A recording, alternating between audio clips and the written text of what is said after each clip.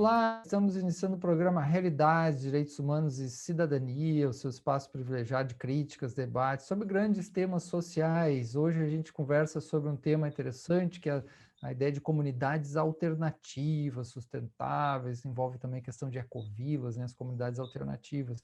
E para isso nós temos a presença do Gabriel Siqueira, que é mestre em administração pela Universidade Federal de Santa Catarina, diretor da Rede Global de Ecovilas, tem uma experiência muito interessante nessa área. Seja bem-vindo, Gabriel, ao nosso programa. Muito obrigado, eu que agradeço o espaço. Certo. Eu vou começar a pergunta para você se esse termo, né, como é que você vê, se você acha viável pensar dessa forma ainda, né, de uma ideia é um termo que vem mais dos anos 70 até, né, da ideia alternativa, medicina alternativa, movimentos, sociedade alternativa, e a gente tem uma ideia de comunidades alternativas que eu acho que se desdobrou em muitas coisas, né, que você pode falar até um pouquinho. Como é que você vê essa ideia e uma prática, né? Com certeza. É uma atitude, né? Criar uma comunidade, o que se costumou em algum momento ser chamado de comunidade alternativa. Acho que esse nome começa a ficar mais forte na década de 1970, mas essas comunidades já vêm desde a década de 1960, o movimento da contracultura, esse crescimento dessa ideia de uma ruptura com a sociedade. E foi muito forte na década de 1970, no mundo todo, inclusive no Brasil. Aqui no Brasil, a gente tem o Encontro Nacional das Comunidades Alternativas, o ENCA, que acontece anualmente há mais de 40 anos já, e sempre acontece numa comunidade que está iniciando ou numa comunidade que está precisando de algum tipo de apoio. É só de pessoas do movimento, então não é um festival muito aberto para qualquer pessoa. Assim, é aberto, mas ao mesmo tempo não existe uma divulgação, não tem muito interesse em se tornar algo muito conhecido esse encontro, mas ele já acontece há mais de 40 anos no Brasil, ininterruptamente, e organizado pelas pessoas do próprio movimento. Então, esse movimento que já foi chamado de comunidade alternativa ou comunidade aquariana, em algum momento, para aproveitar até a sigla de alguma forma, né, para fazer uma associação, comunidades autossustentáveis.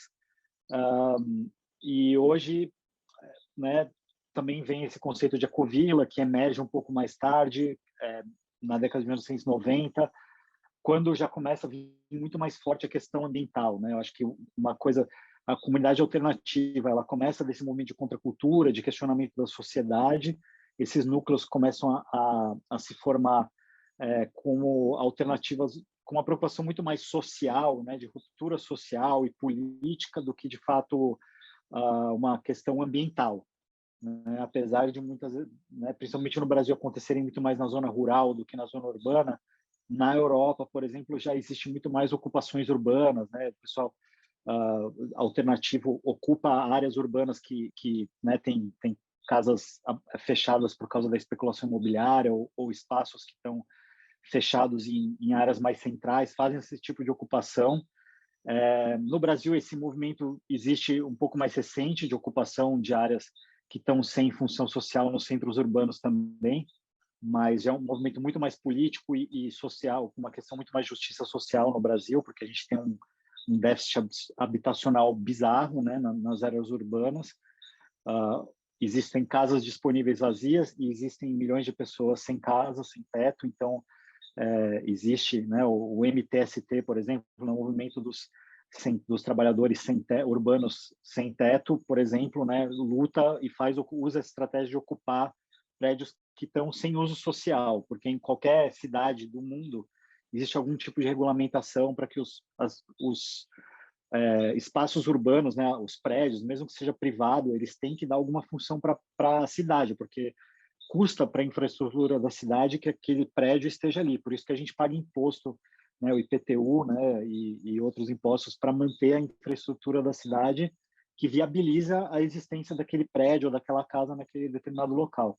Então, existe esse movimento urbano mais recente no Brasil, mas na Europa já vem de décadas também. Então, tem, por exemplo, a ocupação de Cristiânia, na Dinamarca, que é uma comunidade alternativa, foi uma comunidade alternativa, é uma ocupação, e hoje talvez até se denomine ecovila, muito antiga, já passou por várias fases e hoje talvez até se aproxime mais de um condomínio, mas é uma comunidade alternativa. Enfim, é um movimento muito plural que existe no mundo todo.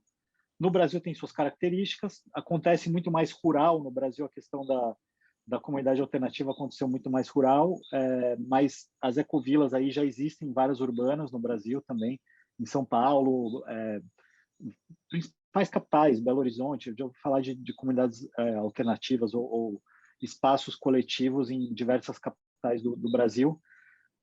Então, esse é um movimento que vem vindo, né? E aí, com o surgimento da visão ecológica, não surgimento, mas assim, né? A visão ecológica foi se tornando um pouco mais forte, né? A questão ambiental, a crise ambiental que a gente vive foi se tornando cada vez mais explícita e essas pessoas que estão no movimento alternativo rapidamente prestaram atenção na questão ambiental. Então, a partir da década de 1980, começa uma transição dessas comunidades alternativas para se tornarem cada vez mais ecológicas ou sustentáveis de alguma forma. E aí emergem alguns nomes, alguns termos que começam a se referir a isso, como comunidades sustentáveis ou ecovilas. E em 1995 surge a Rede Global de Ecovilas, que ela é fundada num encontro que teve na Ecovila Findhorn, na Escócia, onde se encontraram várias comunidades alternativas e comunidades sustentáveis, enfim, de diversas denominações diferentes, e que sentiam a necessidade de ter um trabalho em rede. Então, a partir da década de 1990 surge essa rede também internacional, e aí essas comunidades começam a se fortalecer mais em rede, né? É interessante a gente ver que no Brasil essa tradição de trabalhar em rede já vem desde muito antes, né? A gente já tem esse movimento das comunidades alternativas realizando o Encontro Nacional de Comunidades Alternativas há décadas, já muito antes de surgir a Rede Global de Ecovilas, mas esses movimentos têm convergências entre eles e vão um aprendendo com o outro também e vão se desenvolvendo. Muito E é isso. interessante. Muito interessante, né? Quer dizer, tem uma história de quase 40 anos, então, de encontros, e aí a gente pode falar um pouquinho da sua experiência, né? O que existe de ecovilas também, né, no Brasil, mas pelo que você fala, uma coisa importante que a gente parece notar é que toda essa pressão urbana, toda essa dimensão de insustentabilidade foi um dos dimensões, e a crescimento da questão ecológica, uma dimensão fundamental para a busca desses meios de vida, né? E a gente vê outros modelos que até têm um nome, né? Às vezes você tem alguns resorts, alguns condomínios ecológicos, assim, entre aspas, digamos, né? Mas eu acho que são reveladores no que parece que as pessoas estão querendo buscar algo mais natural. Se de fato é e tem um aspecto de comunidade, aí é outra coisa, né? Que parece haver uma diferença radical entre alguns condomínios ecológicos de luxo, por exemplo, a ideia que são mais individualizados, do que uma comunidade. Como é que é um pouco essa coisa da ideia de comunidade mesmo, uma vida de comunidade de fato? Uhum. Acho que, com certeza, essa dimensão comunitária, né, ela não é tão trivial assim, né?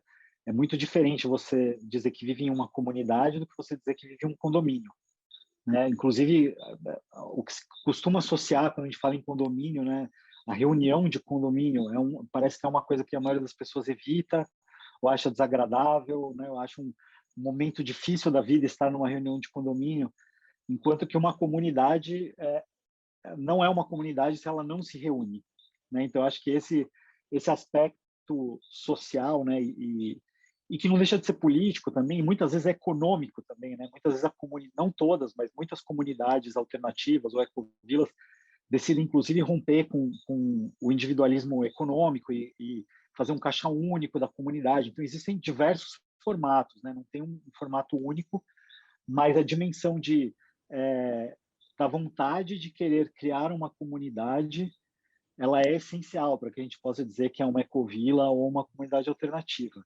né? Então, existe uma vontade de se criar algo coletivamente, não Sim, só um ajuntamento de sim. pessoas que querem compartilhar, dividir custos e fazer as coisas ficarem mais baratas. Os Então, crivos acho mais que importantes que você vê assim para a montagem de uma comunidade, vamos chamar assim de uma ecovila, por exemplo, tem a questão de sustentabilidade, o que mais que pode ser implantado para ser algo como uhum. próximo de uma ecovila? Sim, bom, a definição de ecovila que a gente costuma trabalhar é um espaço, um assentamento humano onde se tem todas as dimensões da vida, e essas todas as dimensões é trabalho, é lazer, é encontros sociais, então todo, né, a moradia, todas as dimensões estão lá. Então isso a gente já vê que é bem diferente de um condomínio, onde às vezes até tem a função de encontrar outras pessoas do próprio condomínio dentro dele, tem espaços sociais e tal, mas não tem trabalho, né? Na maioria dos condomínios, os trabalhadores vêm de fora para prestar um serviço para os moradores e os moradores saem do condomínio para trabalhar. Talvez num contexto de pandemia não estão saindo, mas ainda assim não estão trabalhando para o condomínio ou no condomínio ou junto com outras pessoas do condomínio. Então, isso acho que já é uma diferença bastante grande.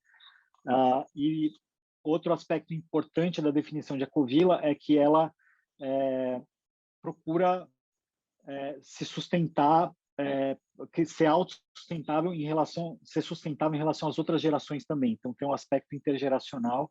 Não tem apenas uma preocupação com a gente ser sustentável agora, mas para a gente desenvolver uma comunidade, um espaço, um assentamento onde as futuras gerações também possam desfrutar e que a gente ajude na regeneração do planeta. Então, esse também é um aspecto muito importante. E aí, isso se diferencia bastante de você ter um condomínio ecológico, que vai ser um condomínio que talvez tenha captação de água da chuva, talvez tenha geração de energia solar ou algumas tecnologias dessas, a gente chama, né, baixas tecnologias, né, com baixo impacto ambiental, que ajudam a mitigar o impacto ambiental, que usam os recursos que a gente já tem disponíveis para, né, para usufruir do que precisa, sem necessitar trazer recursos de fora, o que é bastante ecológico, mas que não tem uma visão mais sistêmica sobre o que é o meio ambiente. Então, não está preocupada, por exemplo, em ter uma nascente, né, cuidar da nascente, conservar as margens dos rios, ter uma reserva, se preocupar com a biorregião, né? Então aí a gente começa a ver também que a ecovila, diferentemente de um condomínio ecológico, ela também está num contexto, né? Então o que a gente entende como ecovila, ela está num território, ela se relaciona com esse entorno, então existem outras comunidades ali, ela vai estabelecer, as pessoas que vivem nessa ecovila vão estabelecer relações com esse entorno também, vão levar esse entorno em consideração quando estiverem definindo como vão ocupar o espaço. Então, vão deixar uma reserva próximo de onde tenha uma outra reserva, vão tentar criar corredores ecológicos junto com os vizinhos. Então, vão estabelecer parcerias com a vizinhança para buscar serem mais sustentáveis também, porque entendem que a questão ambiental e da sustentabilidade maior do que ambiental, até em mais dimensões do que ambiental, ela extrapola o nosso próprio espaço, né? A gente não tem sustentabilidade apenas aqui no nosso condomínio. Se, né, a gente não cuidar da nossa região, a gente vai respirar um ar poluído, a gente não vai ter água. Então, eu acho que essas são diferenças bastante marcantes. E, finalmente, entender a sustentabilidade como multidimensional, né? Como eu falei, uma visão mais sistêmica e holística sobre a realidade, sobre os diferentes aspectos. E aí, na Rede Global de Ecovilas, a gente trabalha com um mapa da regeneração, que são uma série de princípios que a gente vê como organizados em 4 dimensões, que são a dimensão social, a dimensão ecológica, a dimensão cultural e a dimensão econômica. Muito Então, importante a esse Ecovila ponto vai aí, buscar né? sustentabilidade nessas 4 dimensões para ser uma Ecovila. Muito importante isso. A gente faz um pequeno intervalo e já volta a conversar até nesse ponto aí com o Gabriel Siqueira sobre esse importante tema das comunidades alternativas. Voltamos já já.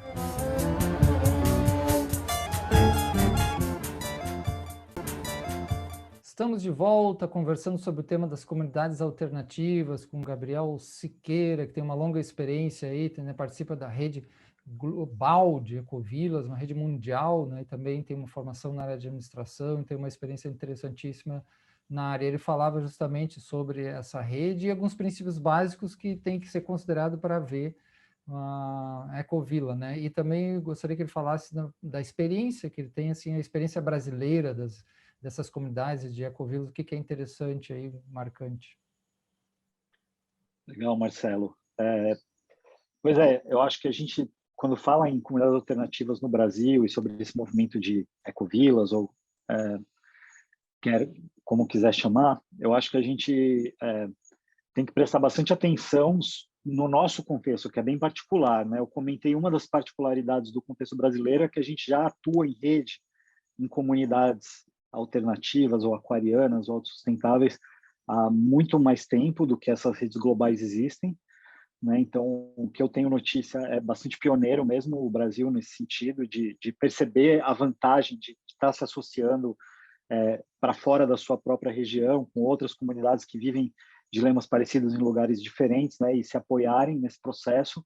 Então, é algo que acho que é bastante marcante, mas acho que é algo que também não pode ser negligenciado quando a gente fala em Brasil, é que a gente já tem algumas comunidades que a gente pode dizer sustentáveis, talvez, que são muito mais antigas que as comunidades alternativas que emergem na década de 1960 e 70, que são as comunidades indígenas e as comunidades quilombolas, que já vêm resistindo há muito mais tempo, né? E no caso das indígenas, né, estavam aqui antes disso tudo começar, antes de existir um Brasil, já estavam aqui, e que têm seus modos de vida múltiplos, são, né, hoje mesmo a gente tem mais de 200 etnias, então a pluralidade desses povos é incrível, então a diversidade de soluções que eles encontram, tanto para a organização social deles, quanto, né, de produção, e, né, tem nômades, né, havia, agora está cada vez mais difícil, mas haviam comunidades indígenas nômades, outras que realmente se assentavam, algumas que faziam grandes ocupações, outras que ficavam com,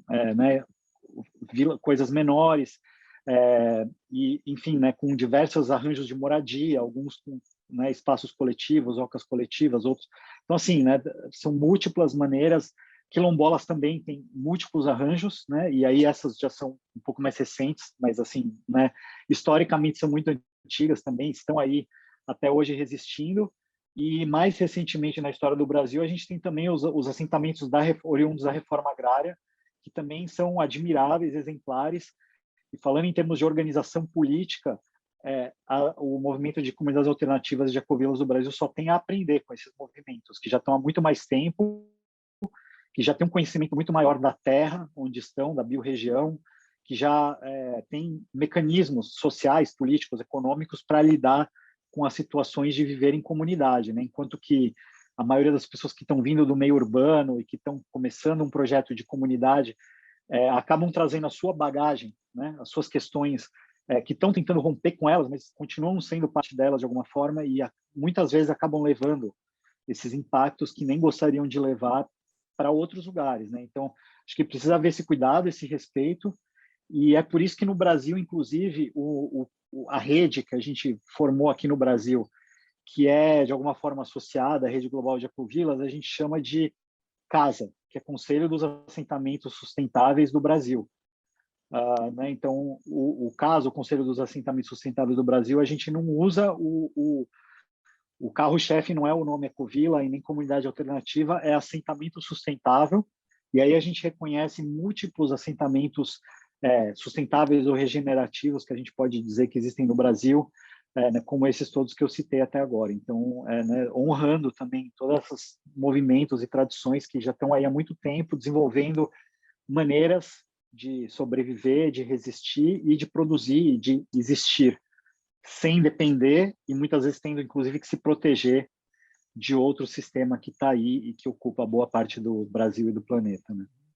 Muito importante você ter tocado nesse ponto, que a gente fala de comunidades, não pode esquecer das comunidades mais originárias, onde estava toda a dimensão de sustentabilidade, ainda se encontra muito disso, e pessoas que de fato estão, né, muito mais arraigadas do que nós, mais urbanos, né, arraigados a essa dimensão de viver da própria terra, né, e aí a sustentabilidade se torna algo assim inexorável, algo fundamental para a própria sobrevivência, né, e trazendo sabedorias das técnicas também antigas, mais sustentáveis, né, e talvez se possa aprender muito de fato com essas técnicas. A gente tem visto isso, né, nas comunidades, assim como Ecovilas, se tenta, do que eu já visitei, se inspirar, né, e muitas dessas práticas, dessas tecnologias mais sustentáveis, não só contemporâneas, mas que vêm de tradições, né? Você, na sua experiência de conhecer essas ecovilas brasileiras, o que é notável para você no modo de habitação, de organização, da própria agricultura, da comunidade? Acho que você está bem correto no seu diagnóstico, Marcelo. A maioria das ecovilas que eu conheço ou que eu tenho contato aqui no Brasil, elas têm uma preocupação com a maneira como constroem, por exemplo, então usam a bioconstrução como, né, técnicas de construção de baixo impacto que utilizam materiais locais, recursos locais, como barro, bambu, vai depender muito da região e do local.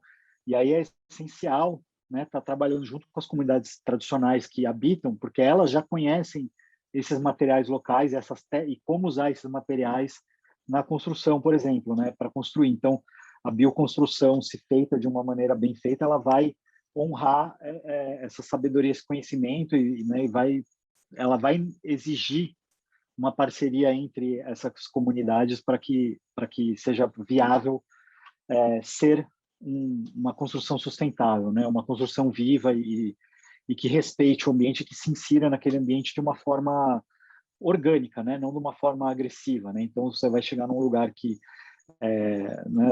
as pessoas não têm, por exemplo, muito vidro na casa, talvez tenha um bom motivo, né, além do econômico, para elas não terem o vidro. Então, né, aprender e entender por que as pessoas fazem a construção daquele jeito. Na parte de produção agrícola, né, do plantio, enfim, né, dessa parte mais de alimentação, subsistência e até produção para venda, a permacultura é um componente essencial, né, de todo o planejamento, não só da parte de agricultura, mas de tudo, né? A permacultura está em tudo de uma ecovila, e o movimento de ecovilas ele só existe porque antes veio a permacultura, né? Esse movimento de comunidades alternativas começa a incorporar ferramentas práticas de regeneração, de resiliência e sustentabilidade graças à permacultura, que sistematiza uma série de métodos, ferramentas e maneiras de estar no ambiente e aproveitar do ambiente. Fazendo composteira, captação de água da chuva, que a gente já mencionou antes, planejando as zonas, né? O que eu vou fazer mais próximo da minha casa, o que faz sentido mais longe.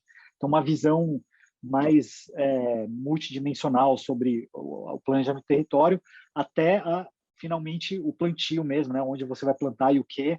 E aí tem várias técnicas de agricultura orgânica, de sistemas agroflorestais que acabam sendo incorporados também. Uma coisa que eu acho que a gente tem que ter bastante cuidado, né? A permacultura ela fala da gente usar o que é de mais avançado na ciência, aliado às tradições, né? Então, respeitando as comunidades que já existem e os saberes ancestrais que estão ali. Eu acho que a gente tem que ter um cuidado bastante grande para não instrumentalizar isso, né? Então, a ideia não é a gente fazer um manual e aí a gente não precisa mais dos povos tradicionais, porque eles já nos entregaram toda a inteligência e a sabedoria deles, está tudo sistematizado aqui, pronto, agora essas pessoas urbanas estão vindo aqui, tomando esses espaços que eram dessas comunidades tradicionais, gentrificando. Então, tem que haver um cuidado muito grande para que isso não ocorra, né, para que a gente realmente respeite esses saberes ancestrais. Isso significa honrar essas comunidades, que são as detentoras desses saberes, né? Então, é trabalhar junto dessas comunidades, honrando elas e apoiando elas, né? Então, aqui, por exemplo, no sul da Bahia, onde eu moro, é um polo muito forte do surgimento de comunidades alternativas, ecovilas, mas é também um território indígena muito antigo e é uma comunidade onde tem muitas comunidades quilombolas também. Então, é preciso um cuidado, né, para as pessoas que estão chegando e comprando terra, de saberem onde estão chegando, né, quem são seus vizinhos, conhecer as condições do imóvel para entender se realmente é um imóvel que foi adquirido de maneira justa e legal, qual é a história desse território, enfim, né? É muito importante respeitar isso tudo. Então, acho que esse é um cuidado que a gente tem que ter bastante grande, mas eu acho que todas essas tecnologias juntas com essa sabedoria e esse conhecimento e esse cuidado com o território e com a biorregião, juntas compõem o que a gente chama de permacultura e permitem que a gente tenha uma ecovila ou um assentamento sustentável. Acho que ajuda muito nesse sentido. Legal. Gabriel, temos apenas 2 minutos para encerrar. Para pessoas que têm interesse, né, ou procurar na internet, ou alguma coisa assim que você queira deixar, é interessante o que a pessoa pode procurar. E alguma mensagem final sua? Você está no sul da Bahia, tá? É onde propriamente também? Eu estou em Uruçuca, que é um município que fica no território litoral sul da Bahia, e estou no momento numa pequena vila tradicional de pescadores. Não vivo numa ecovila. Eu fui co-criador de um lugar que a gente chamava de coletivo de famílias, mas pode ser entendido como uma comunidade, uma ecovila, que fica aqui próximo em Itacaré. E para quem quiser saber mais sobre o meu trabalho, né, eu fiz uma pesquisa de mestrado sobre o movimento de ecovilas no Brasil. Para quem tiver interesse, o meu site é irradiandoluz.com.br e eu dou cursos também sobre ecovilas, inclusive cursos online também, então pode me procurar ali. Eu também, como eu falei, faço parte do Casa Brasil, que é o Conselho dos Assentamentos Sustentáveis da América Latina. Convido todos a acessarem o site redecasabrasil.org. Esse site, redecasabrasil.org, ali você vai encontrar no menu assentamentos sustentáveis, e lá tem o mapeamento mais completo que a gente tem sobre ecovilas, centros de permacultura e assentamentos sustentáveis de uma forma geral do Brasil, nesse site. É isso. Meu nome é Gabriel e eu estou à disposição para quem quiser saber mais. Muito obrigado, Marcelo, pelo convite e espero que a gente possa ter outras conversas. Muito bom. Irradiando Luz, né? Um se chama Irradiando Luz, Rede Casa Brasil, né? Então o pessoal pode procurar. Então agradecemos muito, né, a presença do nosso estimado Gabriel Siqueira, mestre em administração pela Federal de Santa Catarina, diretor da Rede Global de Ecovilas, Aliança Global de Ecovilas, né? E que tem uma longa experiência aí, também dá cursos nessa área. Mais informações ele deu ali os sites, né, Radiando Luz e Casa Rede Brasil. Obrigado, Gabriel, a todos, e até a próxima.